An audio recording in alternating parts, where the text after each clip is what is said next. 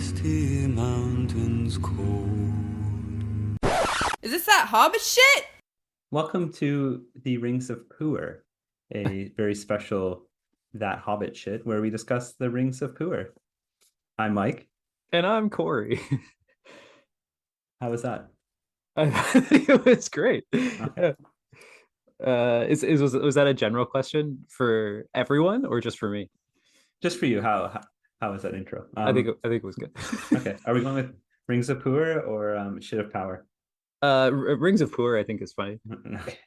Well, yeah. So this will potentially be a spoiler-heavy discussion of the Rings of POOer. We've watched episodes 1 and 2.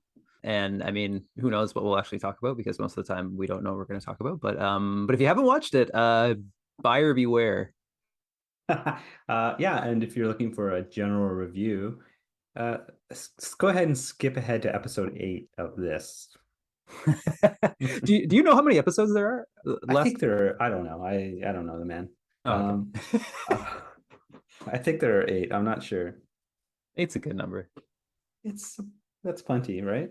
Yeah, plenty. They were long episodes. You know what they were, and they got their money's worth out of them. But let's before we get into it, how about a trip to the dragon? I could use a drink myself. Let's go. But the only food for the brave and true comes from that green dragon. Ho ho ho, green dragon. Welcome to the Green Dragon Inn, where we discuss the beers we're drinking in this episode. And for those of you who haven't been constant listeners, Corey and I buy a beer that usually is related to the chapter of the book we're reading. But in honor of the Rings of POOer, can we start calling it the Rings of Power now that we've... If you'd like, yeah, I'm fine with In honor of the Rings of POOer,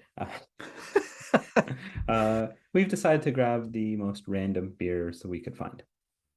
Perhaps beers that like the Rings of Power shouldn't exist. Pairings that should have never happened. Who's to say? We'll know by the end of this visit. Well, I'm just pouring my beer, Corey, so I can't give a review of it yet. What are you drinking? Well, I've already poured it. I poured it while you were speaking. Well, okay, very topical and very perhaps shouldn't exist. Unnecessary, you could say it. I'm drinking a cider. It is called Eve Goes Badass. Do you see? Cool. See how topical that is? Yeah, that is very topical.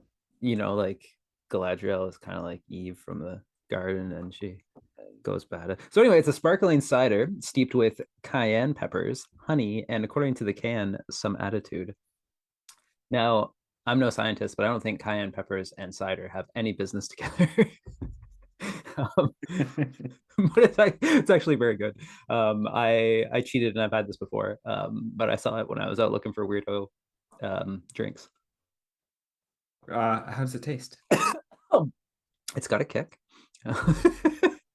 It's good. It's like it's a pretty nice cider, maybe slightly on the sweet side, and then it really does have like a cayenne kick that gives your mouth a little tingle. Oh, yeah, it's good. What are we talking about here? 6.8% alcohol by volume. It is from Heartwood Farm and Cidery, though I think it's very unfortunate the design of their name, because it says Heartwood, but right under it is the word farm. So when I look at it, I don't know, somehow it says Wormwood or Heartworm. I thought you were going to say Fartwood. Oh yeah, I guess it could be anything.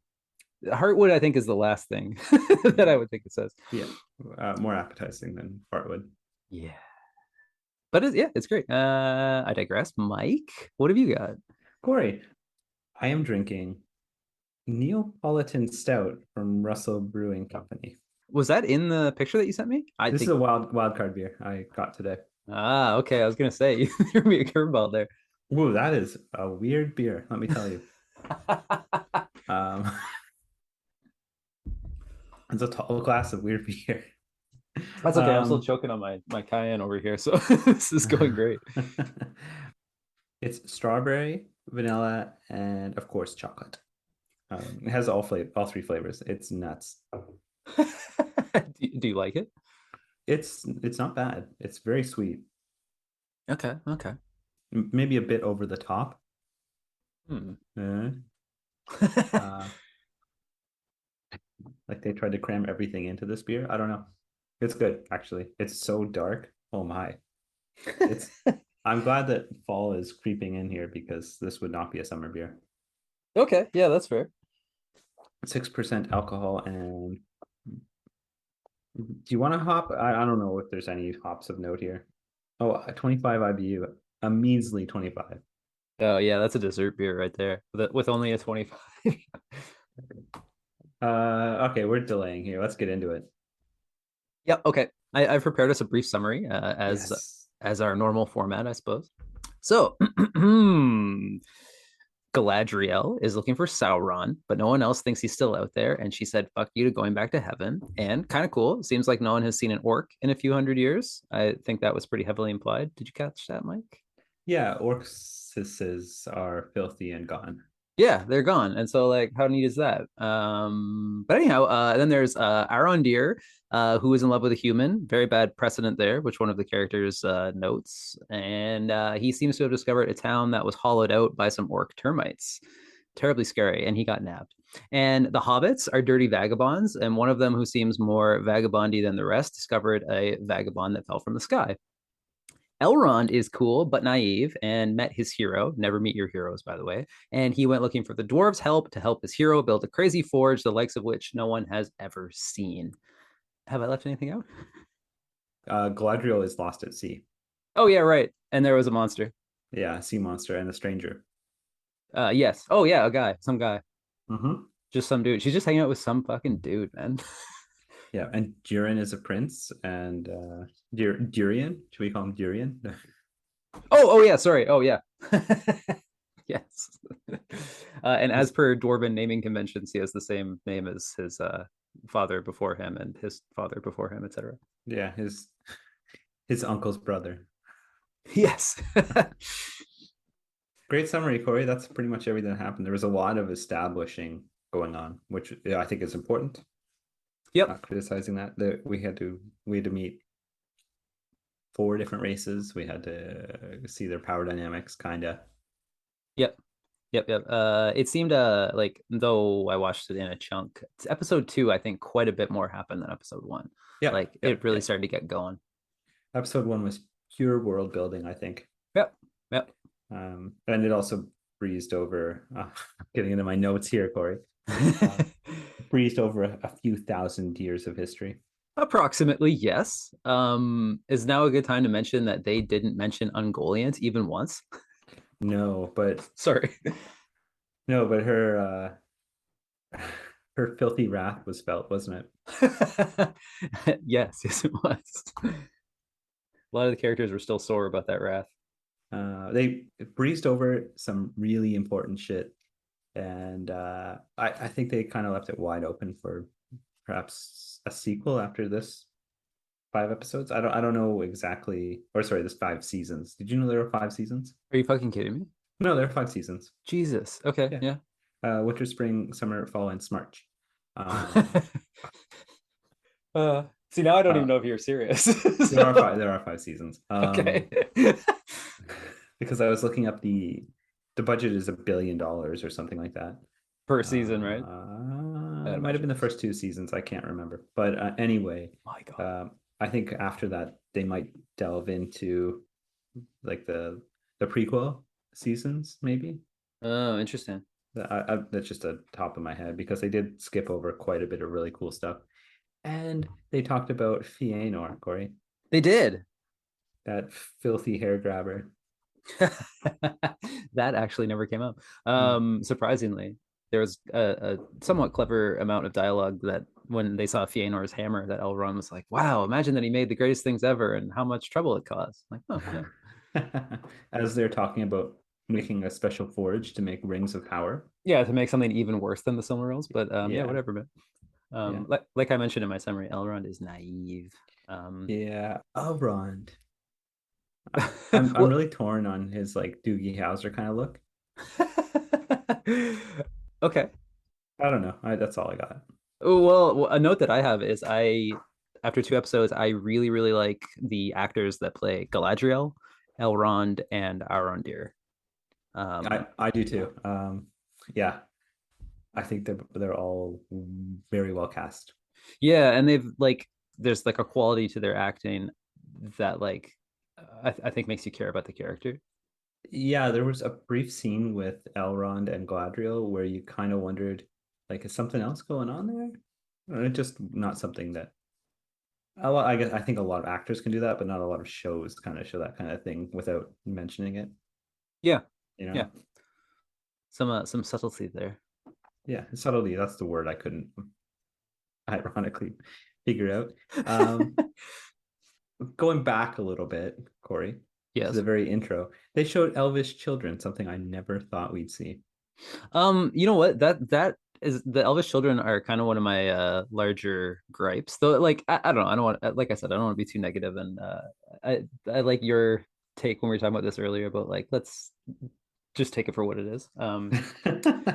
But I was put off pretty immediately by the fact that these elven children who were literally born in paradise are like bullying and punching each other. I thought was that like, was weird pardon?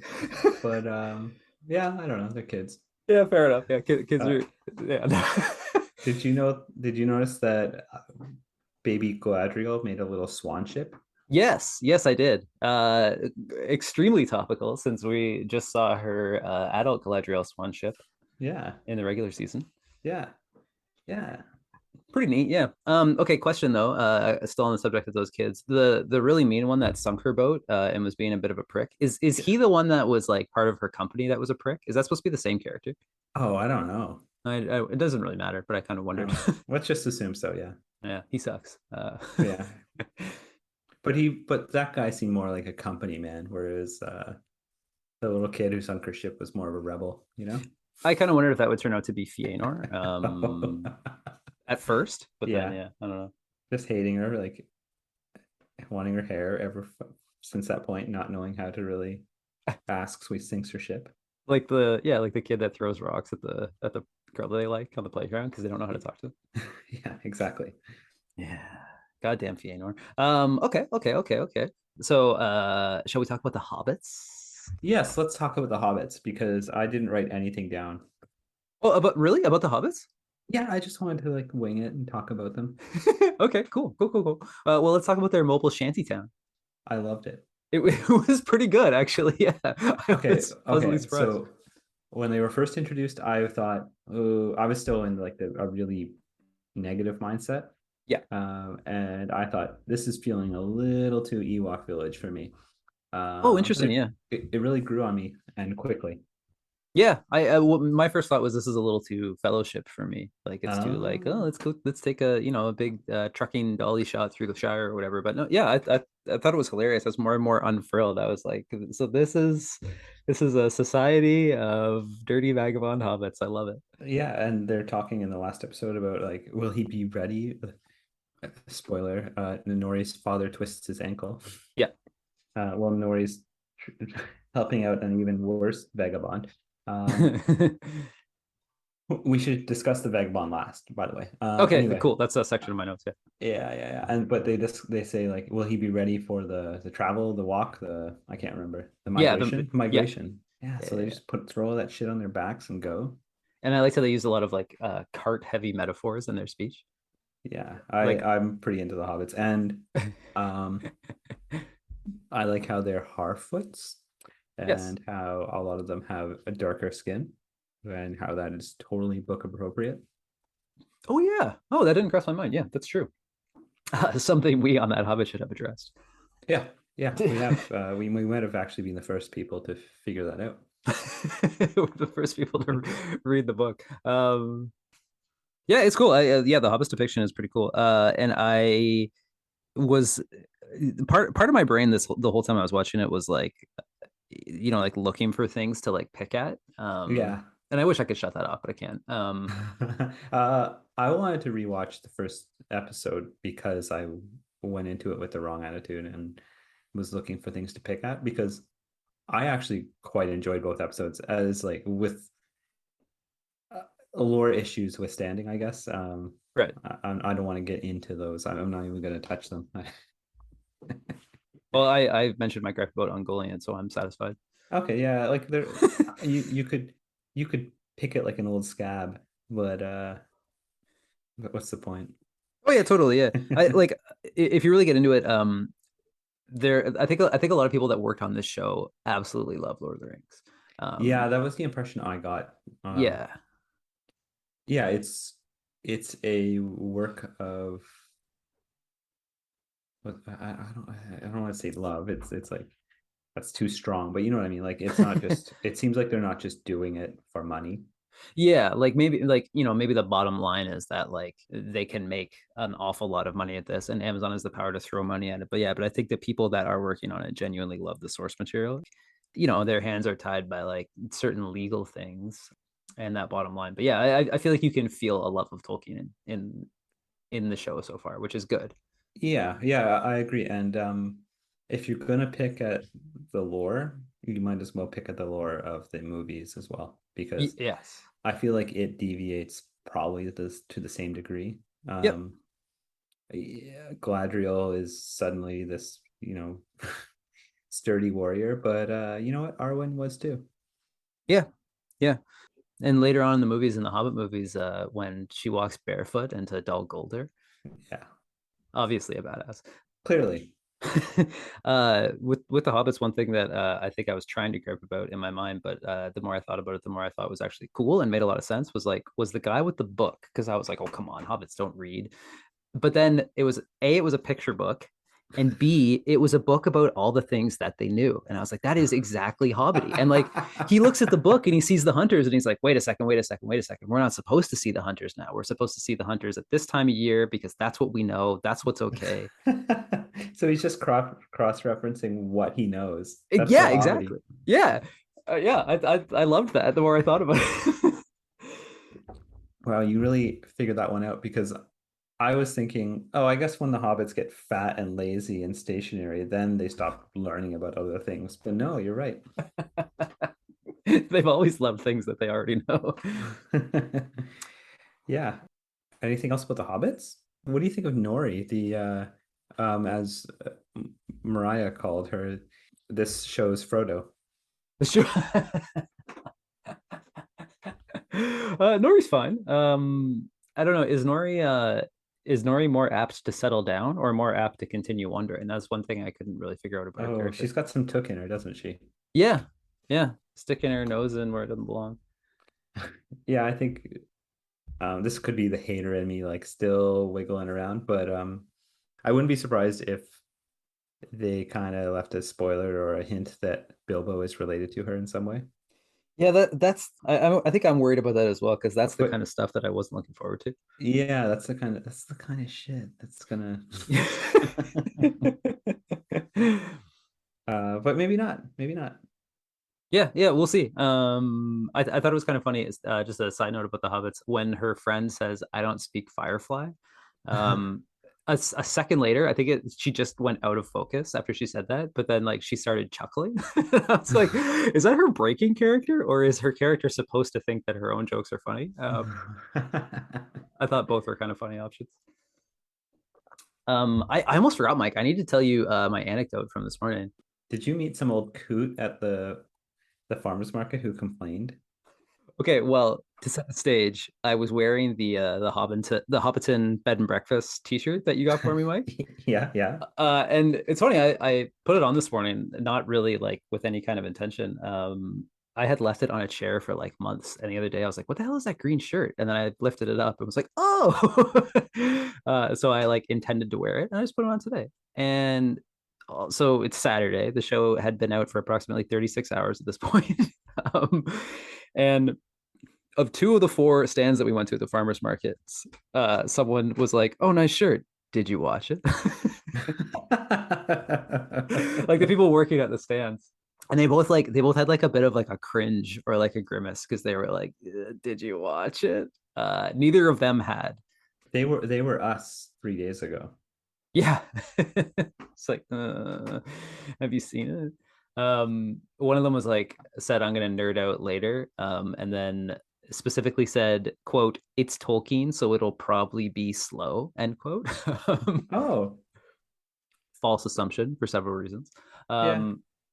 And then the other one was like the other person was said something along the lines of like, I've been afraid to watch it because it might be upsetting. Which I agree to. I said, yeah, I totally know where you're coming from. Well, Corey, it's too bad you never received a That Hobbit Shit t-shirt. Because I could have advertised for the pod. Yeah. Well, if Like- you want to know what I think about it, tune in. Well, on Monday we should be releasing.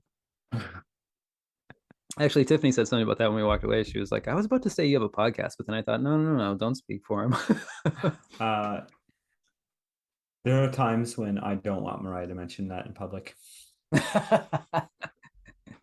She included it in her sister's wedding speech. I think you might have told me that. Yeah. It's just free advertising, Mike. It is. Yeah. Did she say patreon.com/thathobbitshit? She didn't. That's why I was upset. Maybe that should be a t-shirt, just the address. Anyway, the snow troll, Corey. How cool was that? Oh, We pretty got- neat. We Yeah. got a different race of troll. Remember way back when I mathomed you the different types of trolls? Yes. Yeah, snow troll. We had never seen one up until this point. No, and it was pretty neat. And it was just like I'm gonna say lurking. Yes, it was filthy. A lot of things were filthy in this, which I liked. Yeah. The world had a very like prehistoric feel. Yeah. That kind of leads into this point. The entire thing was visually breathtaking. That's what I wrote down.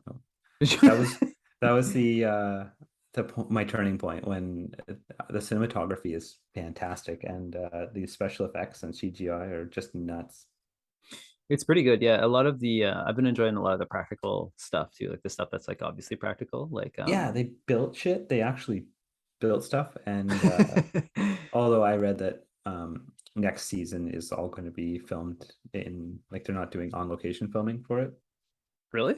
Yeah, that's what I read. They're doing the same kind of thing they used for the Mandalorian, where they have the giant set Oh, interesting. with screens. Yeah, which can be done really well. They did that for Batman, and it was fantastic. Oh yeah, and the Mandalorian was also very, very good. Yeah, but yeah, it was just like, I think this is the best looking TV show ever made. What do you think?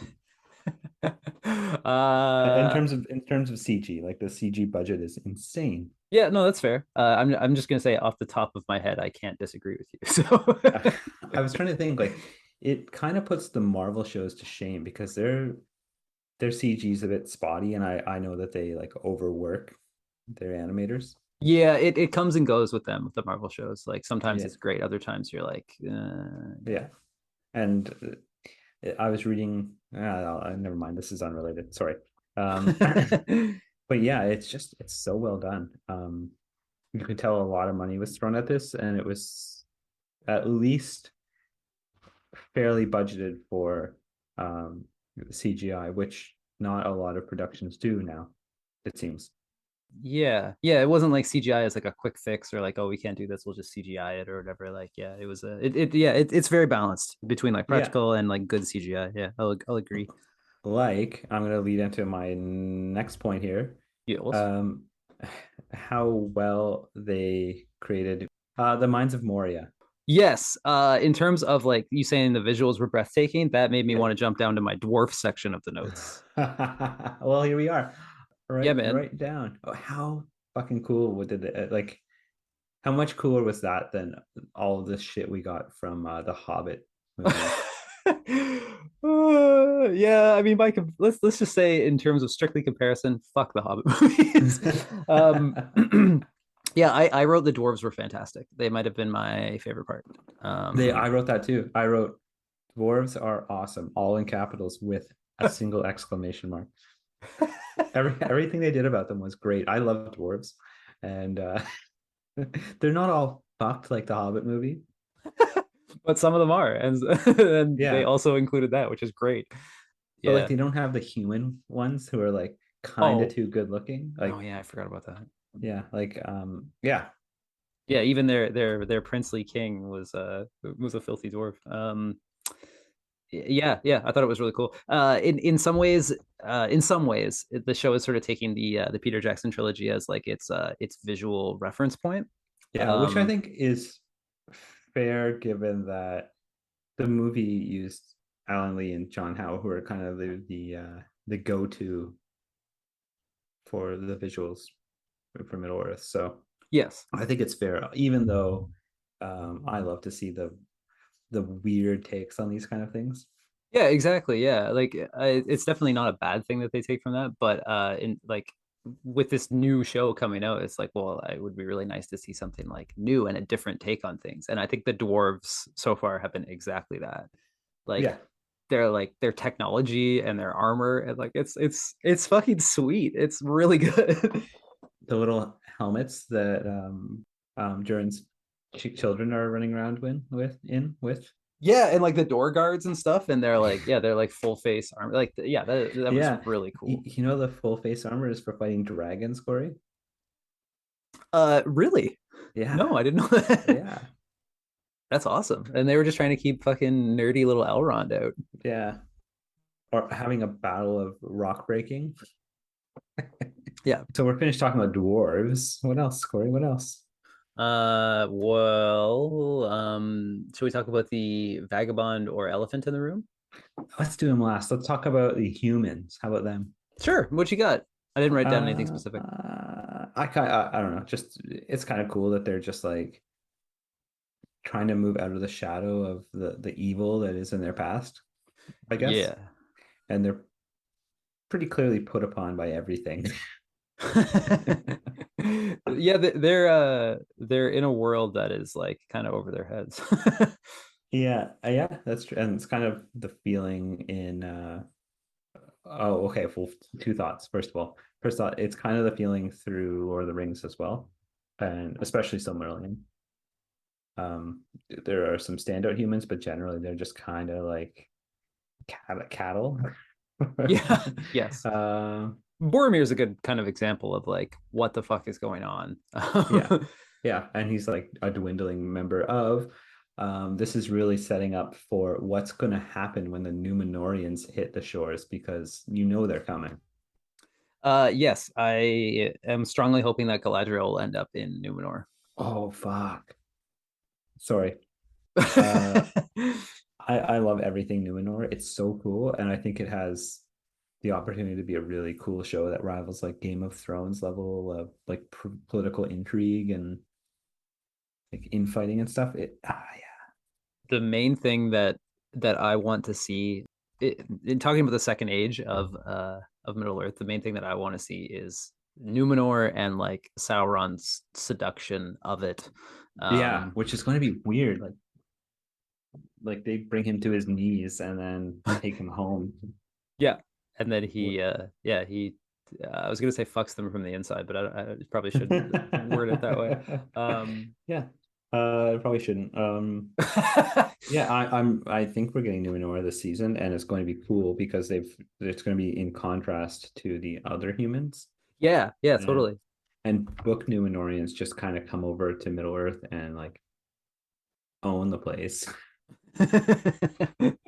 Well, yes, the men of Numenor were foretold before like anything, I guess. Like that, like God was really looking forward to making them. I think that's how it works. Like, wow. okay. Elves are cool, but wait till you see the next thing. How old is Elrond at this point? Because his brother is the first king of Numenor, is he not? Oh, yeah, you're right. Yeah, Elrond is definitely younger than Galadriel because he was not born in the Undying Lands. Yeah, even though he's kind of sniffing around.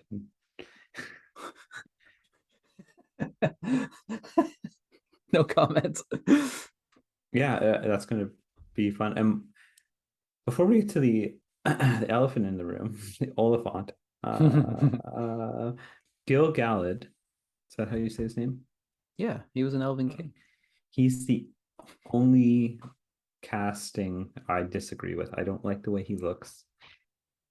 He looks like if you were at Target and needed to return something, he's the guy that would come out of the back room and tell you you're a valued customer and try to make things right.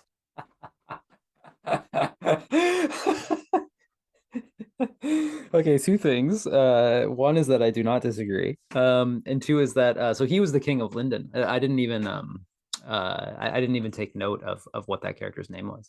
But that makes sense. Right? Like he was the guy that picked up the leaf after the comment. Yeah. Yeah, okay. Okay, I didn't realize that was He's a big deal elf. Oh yes, he certainly is. Yeah, Gilgalad was an elven I king. he just doesn't feel like I don't say that analogy in a insulting way to a manager of Target. It's more like he's just a guy, you know? Yeah, totally. I think like I definitely see what you mean. Like in terms of a TV series, he looks like a guy that's gonna die. Like he looks like he's gonna get killed off. Well, spoilers, Corey. Spoilers. Well, okay, you know what? That kind of leads into a note of mine that I wasn't sure if I should bring up or not. I I have to say that in general, like in terms of whether or not a character is gonna die, in general, it's hard to get excited about things because it falls into that sort of prequel territory where like you generally know what is going to happen, so you can't get too worked up about it when a character is in danger. Yeah. I kind of know what you mean, and that's kind of like we know all this stuff is going to be destroyed. And we know that like I don't know, we kind of know that like Elrond and Galadriel will make it to the third age, and like we also know that Sauron will make it to the third age. It's like I kind of it makes me think of Obi-Wan a little bit. Which Yeah, but they're just like filling in the gaps, kind of. yeah, exactly. And like this, it was much better than I expected Yeah. so far anyway with this. But it's like, but yeah, but you know the fate of the main characters. So like it takes a little bit of like urgency out of it, or like yeah. Yeah. Hopefully, like Obi-Wan, it just kind of fills it in gracefully Yeah, yeah, and hopefully. helps the transition between, I don't know. I like Obi-Wan a lot. I thought it helped fix what the prequels kind of left hanging. Oh yeah, totally. No, yeah, I also definitely liked Obi-Wan. It's just yeah, it's just like, you know, if he's in danger, it's hard to like because a part of you knows that he's gonna make it to the next thing, right? Yeah, exactly. So yeah, if it's like, oh no, Obi-Wan's in trouble, it's like, well, he'll be fine. Whatever it however it plays out, he'll be fine. Yeah. Yeah. Okay, my last point before the big one. That the orc, they've shown one orc in detail, and he was really cool and very scary. Yes, he was disgusting. Yes. Yeah, he was great. Yeah, like way cooler than any dwarves from The Hobbit. Or sorry, any orcs from The Hobbit.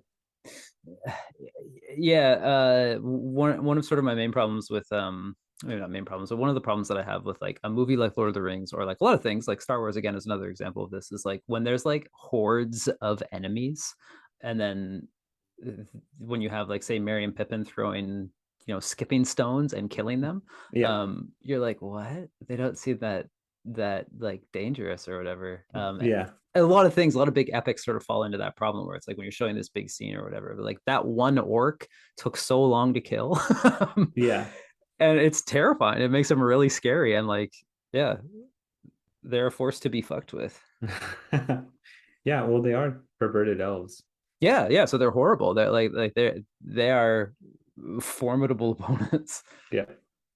Yeah, I thought it was good. Okay, so we're done here. Take us away, Mike. That old man who fell from the sky at the end of episode 1 and was just bumbling around in episode 2. Who is he, Corey? Mike, do you mean Gandalf? Do you think he's Gandalf? I think he's Gandalf. I think he's Gandalf too, and he shouldn't be Gandalf, and he shouldn't be Gandalf according to the lore. But I don't know who else he could be. Like he can't be a blue wizard because apparently Amazon doesn't have the rights to the blue wizards because the Tolkien copyright is so fucked.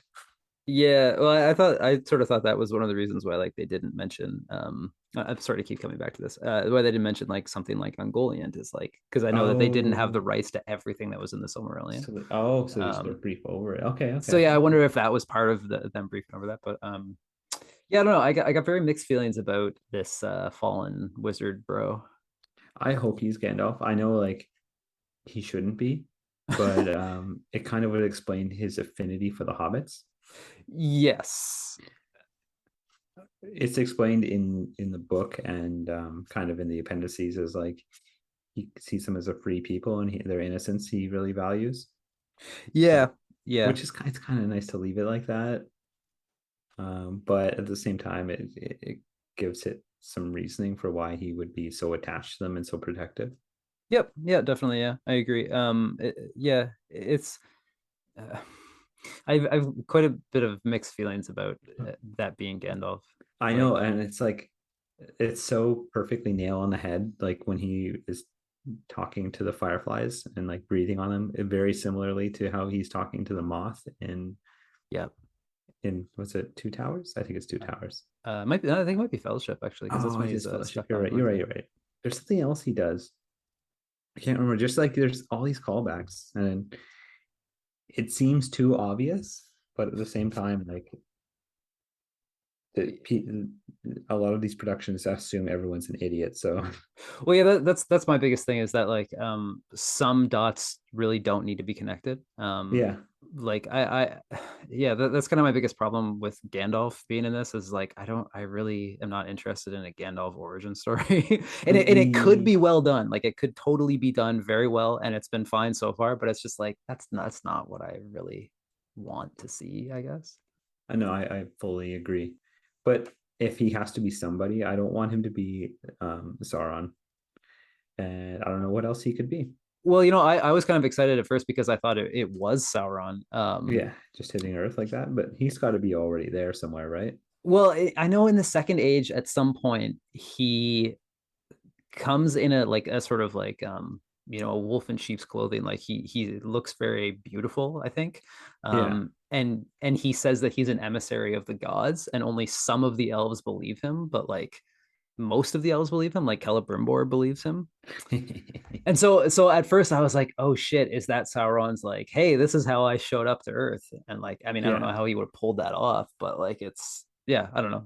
That's what I thought at first. But then the more it went on, I was like, oh, this is like almost definitely Gandalf. Yeah, and like why would he make himself appear so evil at first? You know what I mean? If he's trying to convince people. Yeah, exactly. And like, and why would he be so like why would he be fucking with these Harfoots, Yeah, if he didn't he's have got to be? shit to do. Yeah, exactly. Yeah. I will say if it's Gandalf, if it is a wizard, it is actually kind of a cool way to show like the Istari coming to Middle Earth. Yeah, I think so too. Even though like I think Gandalf was supposed to come in a boat or something or other. Um, it's pretty cool. Like they fell from if he falls from heaven Yeah, and like he's all fucked up. yeah, because he's like, well, I've never been a thing before, so Yeah, yeah, yeah, exactly. yeah, Yeah, I kind of hope it's Gandalf if it has to be anybody. I guess yeah, is yeah. where I landed. The only like it does kind of raise a point though, is that like there are 5 wizards. Yeah. It made a point of showing that like nearly every main character saw this thing coming from the sky. Like, so Yeah. why did they only see one? Yeah, I don't know the order that they're supposed to appear. I thought they all came at the same time, but maybe I'm wrong. The two blue guys came first. Oh, really? Yeah, and they traveled to the east and then disappeared. Yeah. Oh, Uh, interesting. and the east is kind of where things shit's going down right now. Yeah, where cows are fucking milking oil. Oh, Spuzz. Yeah, yeah, it could. I hope it's not Saruman. Don't make me like him. It wouldn't make sense for it to be Saruman, I don't think. No, he's got a mind of metal and machine. Well, and also Gandalf is in the book lore and also in the movies, like, in sort of all depictions, he is the only person in the fucking world. Well, I guess aside from Aragorn and the Rangers, because the Rangers kind of get it, but like Gandalf is like the only person in the world that gives a fuck about the hobbits Yeah, yeah, and thinks that they're in any way important. it has to be him, right? Like the only Yeah, other wizard it could be is Radagast, I guess. maybe. But like, who cares about Radagast?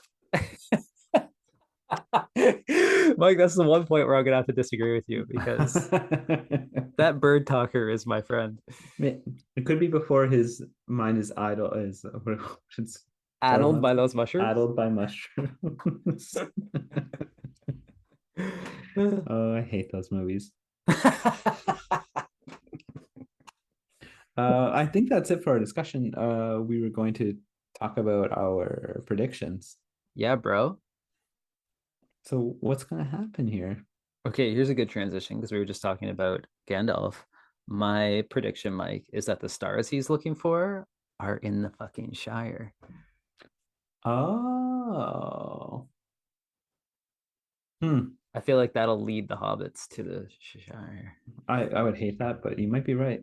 Yeah, I wouldn't like it either. But I think the stars are probably in the Elven High Council area. oh, So they maybe. could go talk to Gil-galad and try to like tell him the world's ending. Um, yeah. What other predictions can we? Okay, here's one. Well, are we going to see Tom Bombadil? Huh.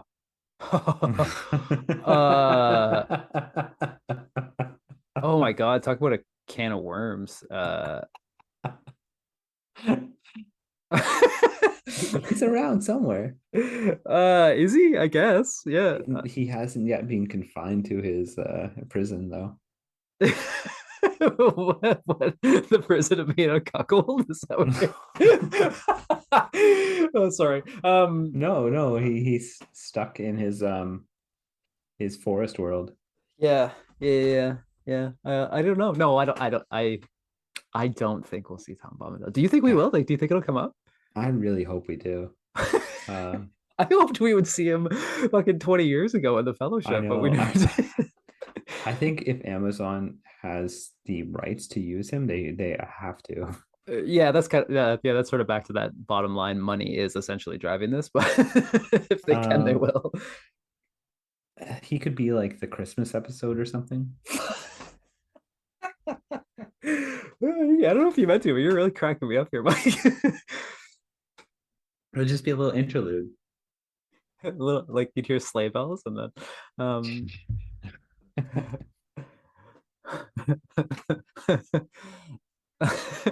I have another, it's kind of a minor prediction, but is Nori's father being injured the reason why the hobbits will settle at some point? I don't know. Oh, I don't know. I think It's kind of a weak prediction. yeah, I think that old beggar probably helps heal him. It's my guess. Yeah, possibly, yeah. What's the fate of the new elf they've introduced? Arondir? Yeah.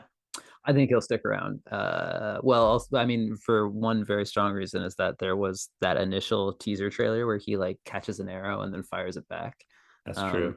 We haven't seen it yet. He has a love interest, and they haven't yet dealt with him having to deal with his love interest's child, who's very clearly under the influence of some sort of evil power. Yes, some very evil power. He also looks like the kid from Independence Day, and it's killing me. From the first Independence Day? Yeah. I can't say I remember. I'm sorry. Oh, well, I'll send you a picture. Okay.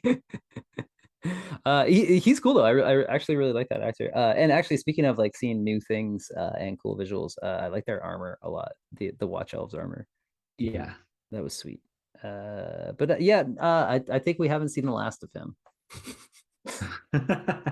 Yeah, what else is there to predict? That little town is going to run away and go hide in the watchtower. It seems like Gil-galad is coming around to the fact that the world's ending. Possibly, yeah.